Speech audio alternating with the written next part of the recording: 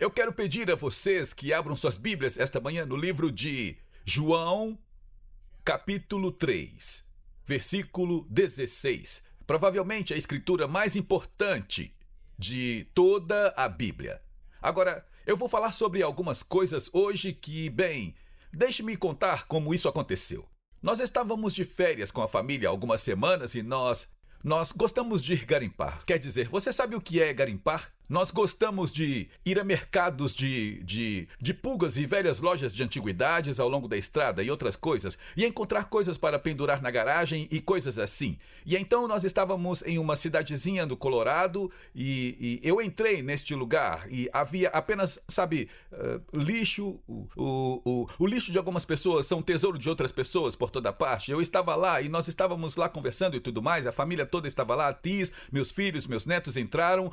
E eu comecei a conversar com o dono enquanto todo mundo estava observando ao redor. E eu sabia que havia algo lá. E ele disse, vocês todos são felizes? Vocês todos, a família toda é tão feliz? O que vocês fazem da vida? E eu sempre jogo essa isca. E eu disse, bem, eu sou um pastor.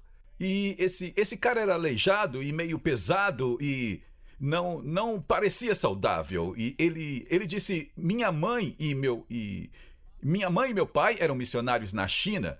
E ele começou a contar histórias e então eles eram missionários para os esquimós. E ele pegou um livro e deu para Tis. A mãe dele estava pilotando sozinha o avião na Antártida e ele caiu e ela sobreviveu. E eles escreveram um livro sobre isso e tudo mais. E então, nós só estávamos conversando sobre a bondade e o amor de Deus. Eu disse, ele disse, orem por mim, minha saúde não está muito boa. E eu disse, eu oro sim. E eu disse, qual é o seu nome? E ele disse, Larry. E eu disse, eu consigo me lembrar desse nome. E Larry, quantos anos você tem? Eu nasci em 1950. E eu disse, eu nasci em 50 também. E eu disse, qual é o mês? Ele disse, novembro. Eu disse, eu nasci em novembro também. Então eu acho que ele é meu gênio. Mas ele disse, meu Deus, como você consegue estar assim? Você parece tão saudável. E, rapaz, eu mal consigo sobreviver aqui. E eu disse, bem, é tendo uma vida para o Senhor, é servir a Deus. E ele disse, deixe-me te perguntar uma coisa. E é aqui que vem todo o desejo de ensinar isso. Ele disse, deixe-me perguntar uma coisa. Ele disse, eu tenho muitos amigos que são gays. E quando nós chegamos em casa, meus filhos disseram que ele não estava falando de amigos, estava falando de si mesmo. E eu disse, sabe de uma coisa, eu acho que você está certo. Ele disse, meus amigos gays seriam bem-vindos na sua igreja? E eu disse, com certeza. Eu disse, quando eu fui para a igreja, eu era um viciado em drogas. Eu tinha marcas de agulha de cima a embaixo em meus braços. Eu tinha 7 mandados federais para minha prisão. E eu disse, quando você vem para o Senhor, você vai como você está. Mas uma vez que ele te recebe, ele começa a mudar sua vida. Mas você tem que deixar que ele mude a sua vida. E então nós chegamos em casa e já havíamos voltado e nós estávamos sentados na varanda da nossa casa e meus filhos e a Tiz e todos nós estávamos conversando e eles disseram, pai, isso acontece muito hoje em dia. Isso acontece muito. E então chegou ao ponto, e não vamos falar sobre ser gay, mas chegou ao ponto onde e se alguém disser, bom, eu nasci assim? Agora, nós vamos cobrir muitas questões. Se alguém disser, bem, eu nasci assim. Se dissermos, e pode ser, que nós nascemos nos sentindo gays, nascemos com raiva, nascemos sendo egoístas, nascemos sendo mesquinhos, nascemos deprimidos.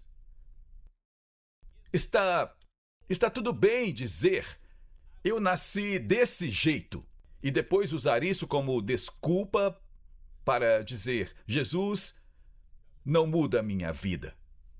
Então, não importa, nós podemos dizer, bem, eu sinto que eu nasci assim. Mas graças a Deus nós podemos nascer de novo e ser uma nova criatura em Cristo. Agora, nós vamos lidar com algumas coisas, eu vou devagar com isso, mas leia comigo em João 3,16, um dos mais famosos versículos. Pois Deus amou o mundo de tal maneira que deu seu Filho unigênito, para que todo aquele que nele crê não pereça, mas tenha a vida eterna. Agora, esse é o versículo mais importante em toda a Bíblia, sobre Jesus se entregando sua vida, se sacrificando para que nós pudéssemos nascer de novo. Agora, deixe-me dizer algo. Quando eu fui salvo, quando eu entreguei minha vida ao Senhor, eu tinha 7 mandados federais para minha prisão. Eu tinha um rancho na Colômbia, América do Sul. E se eu estivesse em uma igreja presbiteriana, eu diria a todos vocês que eu estava no ramo de importação e exportações de todas as substâncias naturais. Eu era um traficante de drogas. Eu costumava injetar, às vezes, 10, 12 vezes por dia. E quando eu voltei para o país, eu descobri que eu estava vendendo para um agente da narcóticos. E então eu descobri que havia 7 mandados federais para minha prisão. Eu estava morando em Cape Girardeau, Missouri, fora de St. Louis, e quando eu descobri que eles prenderam 48 dos meus amigos em uma noite só, todos os traficantes de drogas foram presos, eu descobri que eu era o número 2 na lista e que eles estavam procurando por mim. Eu não sabia nada sobre Deus, mas eu senti que o Senhor me guiou a sair da cidade. E então nós entramos na nossa van Volkswagen e fomos para o Arizona.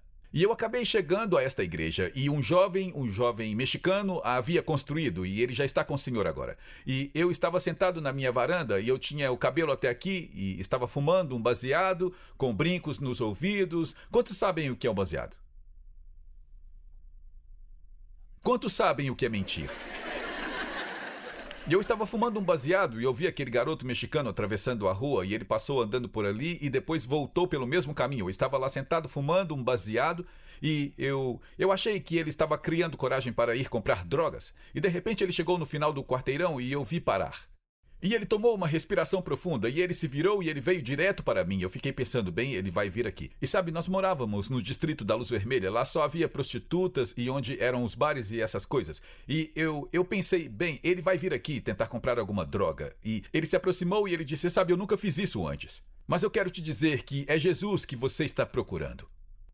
Agora, eu não parecia uma pessoa que iria à igreja, mas ele continuou vindo e finalmente eu fui à igreja com ele e eles estavam exibindo um filme chamado Uma Luz Lá no Céu com Johnny Cash e Chris Christopherson e eu gostava desses caras. Então eu disse, tudo bem, eu vou com você se você parar de me incomodar. E então eu fui com ele, eu e uma outra amiga e eu estava morando com mais 2 garotas, ambas se tornaram esposas de pastor mais tarde e nós fomos lá e era uma igreja de cerca de 30 pessoas.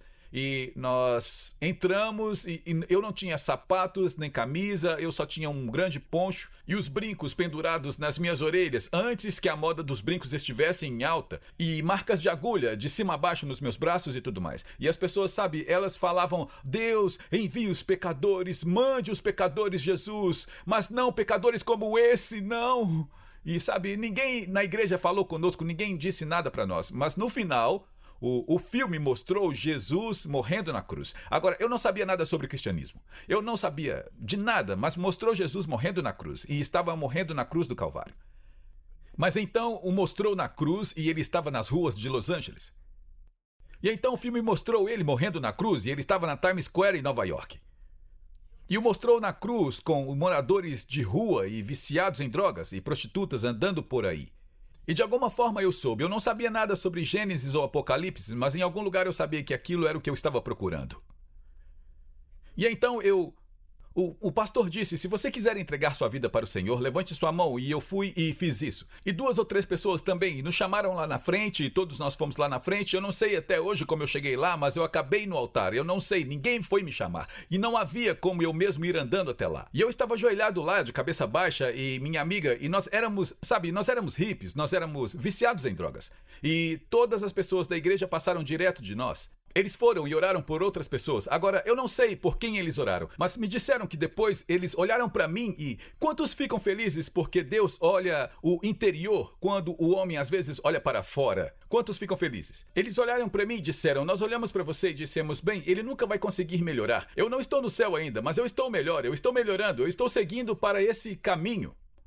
E nós Voltamos para nossos lugares. Bem, ninguém orou por mim, ninguém veio atrás de mim, ninguém veio e colocou a mão em mim e nem disse, é assim que você ora. E então eu apenas fiz esta oração e eu disse, Deus, se você é real, seja real para mim.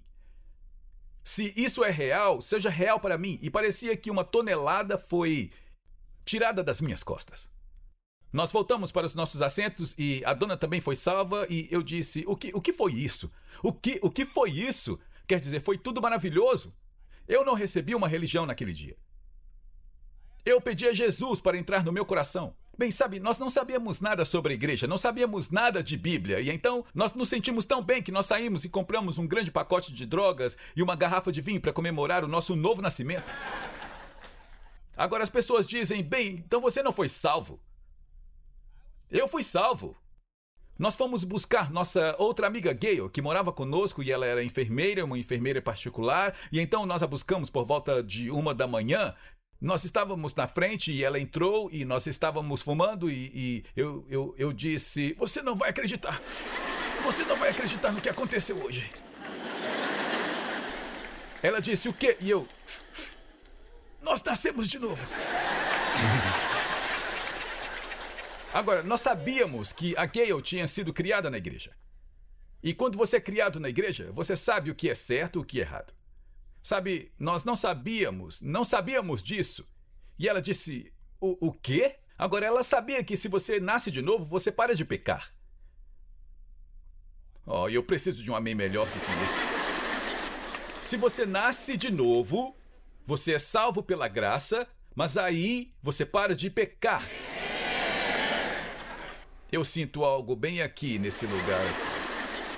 E ela disse, então ela sabia o que era nascer de novo. Ela disse, você não nasceu de novo. E eu falei, nós nascemos. Eu disse, Jesus morreu na cruz e no 7º dia ele ressuscitou. E então tem algo sobre o Natal, eu não tenho certeza como isso funciona.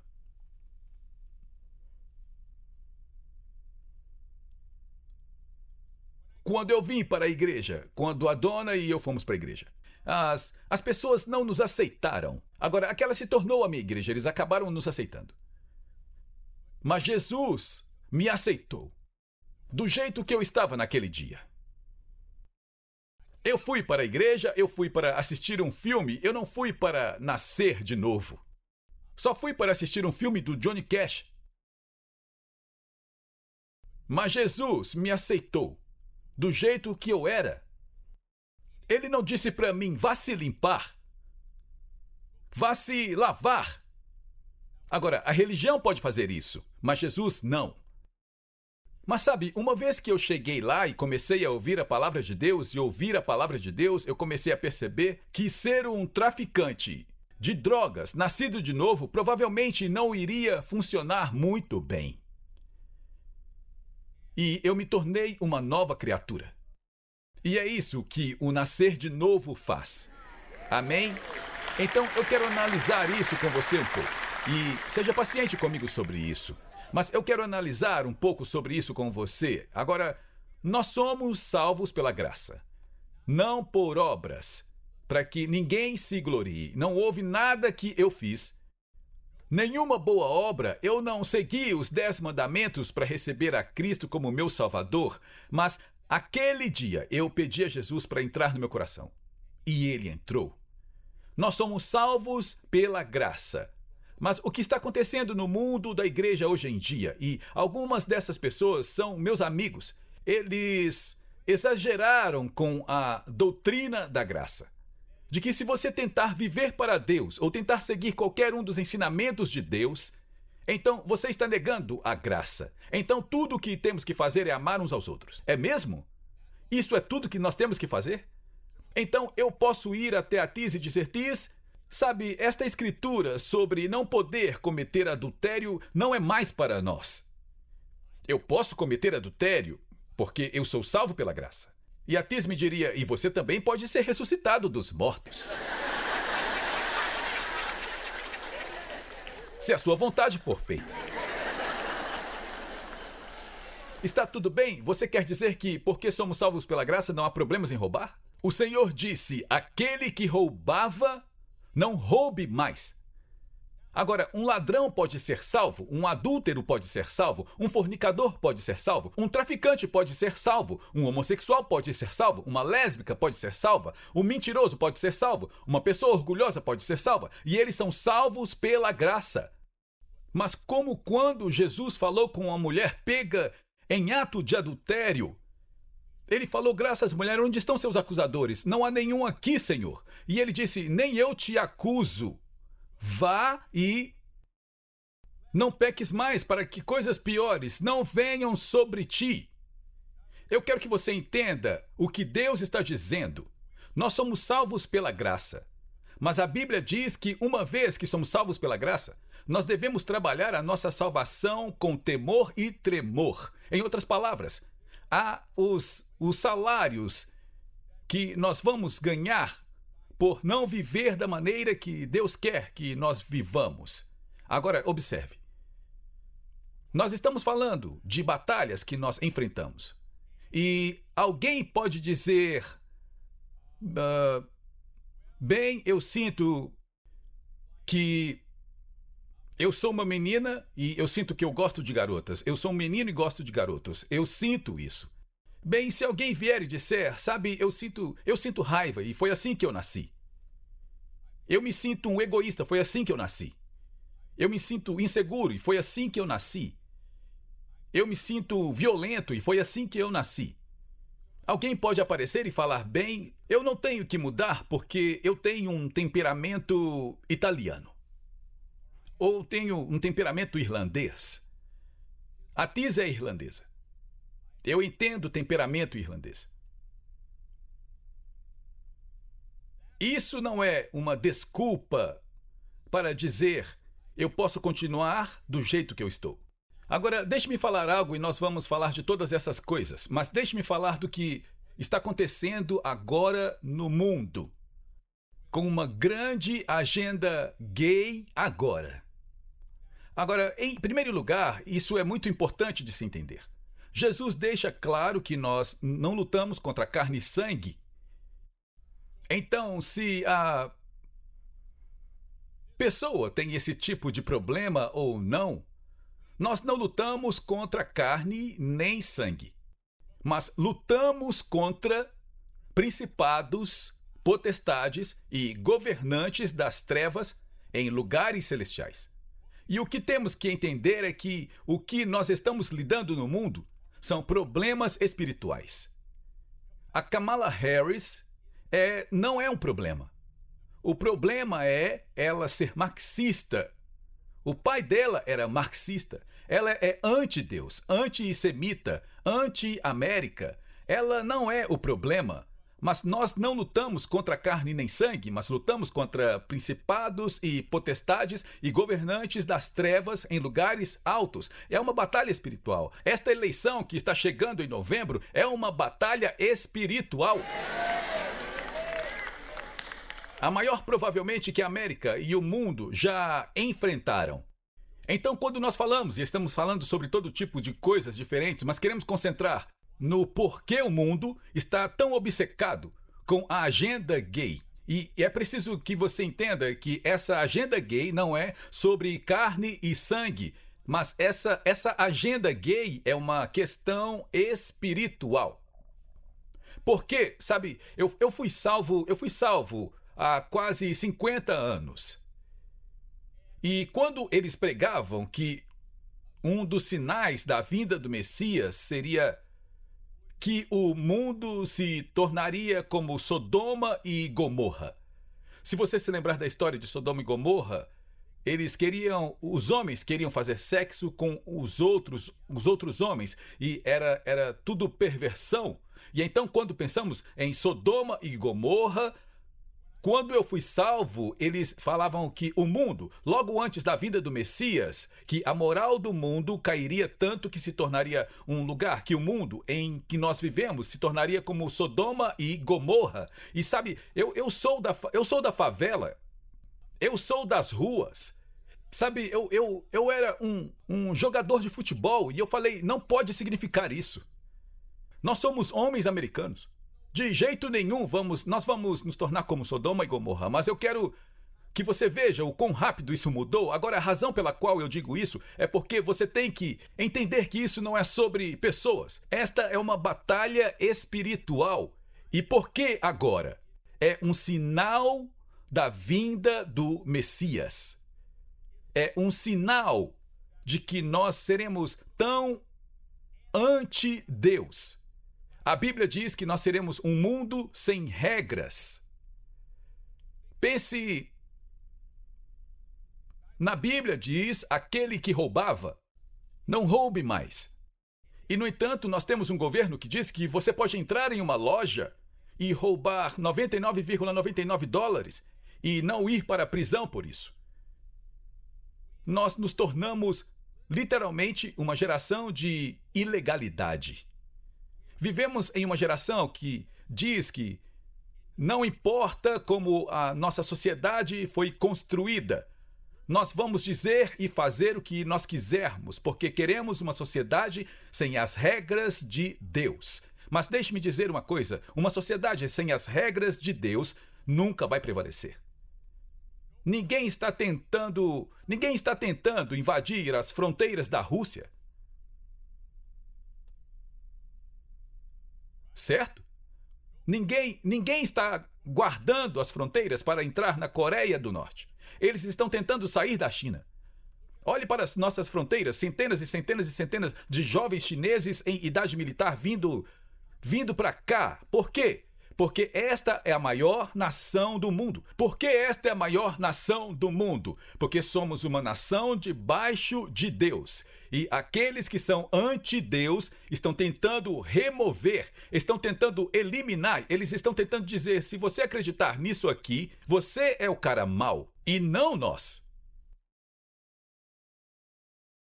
Se você acreditar na palavra de Deus, você é o cara mau, não somos nós. Não apenas essa agenda que estamos vendo. Você está brincando comigo?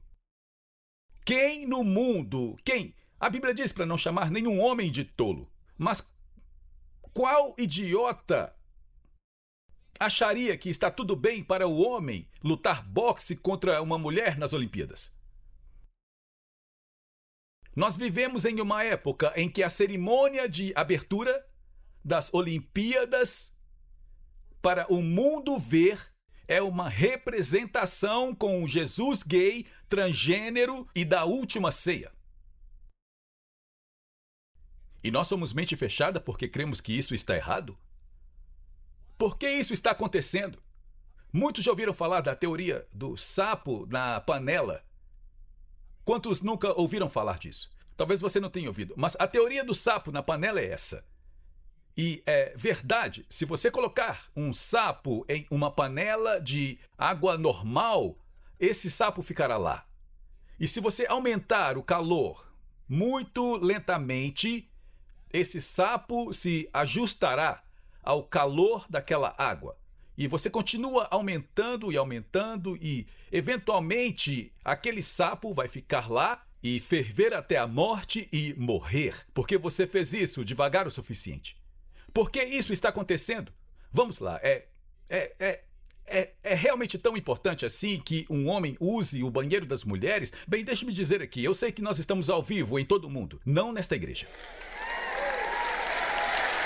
Não nesta igreja. Um homem usar o vestiário das mulheres e tomar banho, não com os meus filhos. Então, por que isso é importante? Bem, esse é um sinal, Sodoma e Gomorra, da vinda do Messias. Me ouçam. Esse é um sinal da vinda do Messias. Mas também é um sinal do anticristo. O espírito do anticristo quer remover Deus da terra. O pai da Kamala Harris era marxista, professor de economia. E o marxismo diz, remova Deus e governaremos o povo. O comunismo diz, remova Deus e governaremos as pessoas. Então, o sapo na panela é, bem, vamos fazer isso, não vamos dizer. Tudo bem, nós nunca mencionaremos Deus na América. Vamos primeiro tirar os 10 mandamentos da escola. e come um pouco e ninguém diz nada. Tudo bem, não vamos mais colocar a mão sobre a Bíblia no tribunal e dizer que Deus me ajude. E ninguém diz nada. Vamos tirar a oração da escola e deixar o pobre do treinador de futebol, por conta própria, ir para o banco e orar de joelhos. E vamos prendê-lo por fazer isso. Mas vamos deixar as pessoas irem para cidades e destruírem empresas, destruírem lojas, destruírem o sustento das pessoas, e nós não diremos nada sobre isso. Vamos deixar as nossas fronteiras se abrirem e deixar milhões de pessoas entrarem. E a propósito, você não tem que apresentar nenhum documento para votar. Nós confiamos em você. É o sapo na panela. Eles não fazem nada da noite para o dia. É devagar, lentamente, lentamente. E então você olha para isso. Tiraram Deus das escolas. Tiraram a oração das escolas. Nós vemos o aumento agora do antissemitismo em todo o mundo. É inacreditável. Inacreditável. Em todo o mundo. Por que disso? Porque há esse anti-Deus e a homossexualidade e a agenda gay. Ouça isso, Daniel profetizando sobre o anticristo. Ouça isso, este é o anticristo. A Bíblia diz, ele não deve considerar o Deus de seus ancestrais, nem ter qualquer desejo por mulher. E não considerar nenhum Deus, pois ele só se engrandecerá acima de todos. Então o anticristo não vai considerar o Deus de seus ancestrais, de modo que eu acho que isso significa que quem quer que seja o anticristo, ele vai declarar que ele tinha uma formação religiosa, mas ele não vai considerar os deuses de seus ancestrais, ele não terá o desejo por mulher. Quantos se lembram da época que não faz tanto tempo que se um homem estivesse concorrendo para um cargo político, e descobrissem que ele estava traindo sua esposa, ele nunca poderia ser eleito. Certo? E hoje em dia, é quase um distintivo de honra se você estiver traindo. É um distintivo de honra se você estiver concorrendo a um cargo político e uma das coisas que você pode dizer é que eu sou gay. Por que isso? É o sapo na panela, preparando o mundo para o anticristo que vai ver a si mesmo no templo de Jerusalém. E essa guerra que está acontecendo em Israel agora, tenham atenção. Quando chegar novembro, ou nós teremos um grande avivamento, ou vamos nos preparar para o arrebatamento. E se você não for arrebatado, certifique-se de apagar as luzes daqui. Porque eu e a minha família vamos subir. Isso é o quão próximo nós estamos. Tudo bem, agora deixe-me falar algo, deixe-me mostrar uma coisa. Eu sei que eu estou falando isso devagar, porque eu quero que você não apenas ouça, mas eu quero que você seja capaz de repetir. Em 2 Timóteo 4, o Senhor diz que nos últimos tempos haverá alguns, falando sobre os crentes, que se afastarão da fé, dando ouvidos a espíritos sedutores e doutrinas do diabo. Obrigado por se juntar a nós na transmissão de hoje com o pastor Larry Hug. O pastor Larry trouxe muitas revelações de mudança de vida para o corpo de Cristo, incluindo ensinamentos sobre quebra de maldições familiares e os 7 lugares em que Jesus derramou seu sangue. Mas talvez a revelação mais extraordinária seja seu ensinamento sobre a restauração das raízes judaicas do cristianismo e a permanência com Israel. Convidamos você a conhecer mais sobre o nosso ministério visitando nosso site em larryhugbrasil.com e nosso canal no Larry Hug Brasil no YouTube. Oferecemos muitos recursos gratuitos em português que irão enriquecer sua caminhada com o Senhor e prepará-lo para viver uma vida vitoriosa e próspera. Você também pode contribuir com o nosso ministério em larryhugbrasil.com. Sua oferta, seja grande ou pequena, abençoará Israel. Temos muitas ações especiais que estão literalmente salvando vidas e cumprindo a profecia bíblica do fim dos tempos, incluindo patrocinar Aliá, alimentar os sobreviventes do Holocausto, comprar ambulâncias e muito mais.